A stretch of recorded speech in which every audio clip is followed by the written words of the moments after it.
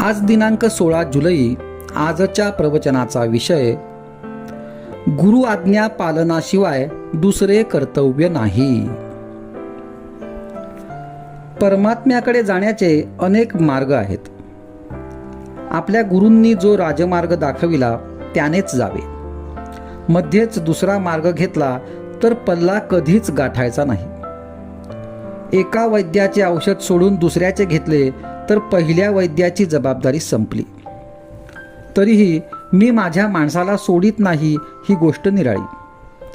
ज्या दिवशी मी तुम्हाला अनुग्रह देऊन आपला म्हटले त्या दिवशीच सर्व प्रापंचिक आणि पारमार्थिक जबाबदारी गुरुवर सोपवून तुम्ही मोकळे झाला. गुरु आज्ञा पालनाशिवाय तुम्हाला दुसरे कर्तव्यच उरले नाही. पण तुम्हाला असे वाटते कुठे? विष हे आमटीत घातले काय किंवा भाजीत घातले काय, दोन्ही त्याज्यच. त्याप्रमाणे अभिमान व्यवहारात असला काय किंवा पारमार्थिक साधनात असला काय, दोन्ही त्याज्यच. मी कोण हे आधी जाणले पाहिजे. परमात्मा कोण ते मग आपोआपच कळते. दोघांचेही स्वरूप एकच आहे, म्हणजे दोघेही एकच आहेत. परमात्मा निर्गुण आहे आणि तो जाणण्यासाठी आपणही निर्गुण असायला पाहिजे. म्हणून आपण देहबुद्धी सोडली पाहिजे. कोणतीही गोष्ट आपण जाणतो म्हणजे आपल्याला त्या वस्तूशी तदाकार व्हावे लागते, त्याखेरीज जाणणेच होत नाही. म्हणून परमात्म्याला जाणण्यासाठी आपणही नको का परमात्मा स्वरूप व्हायला? यालाच साधू होऊन साधूस ओळखणे किंवा शिवो भूत्वा शिवम यजेत असे म्हणतात.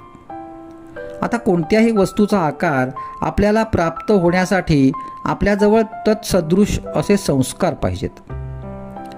ते संस्कार त्या वस्तूच्या आघाताने प्रत्याघात रूपाने उद्भूत होतात. नंतर त्या वस्तूचे ज्ञान होते. म्हणून परमात्म रूपाला विरोधी असे सर्व संस्कार घालवून आपण आपले अंतःकरण पोषक संस्कारांनी युक्त केले पाहिजे.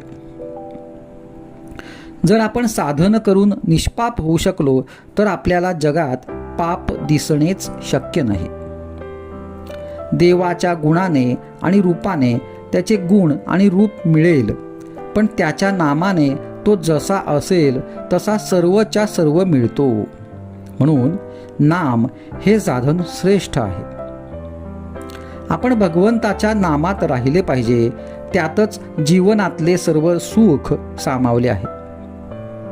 याहून दुसरे काय मिळवायचे? मी सुखाचा शोध केला आणि ते मला सापडले. म्हणून मी तुम्हाला त्याचा निश्चित मार्ग सांगेन. तो मार्ग म्हणजे भगवंताचे अनुसंधान होय. मी अत्यंत समाधानी आहे, तसे तुम्ही समाधानी राहा. जे मी सुरुवातीला सांगितले तेच मी शेवटी सांगतो. तुम्ही कसेही असा, पण भगवंताच्या नामाला सोडू नका. आजचा सुविचार. आपल्याकडून होईल तेवढे नाम घ्यावे, न होईल त्याचा राम कैवारी आहे.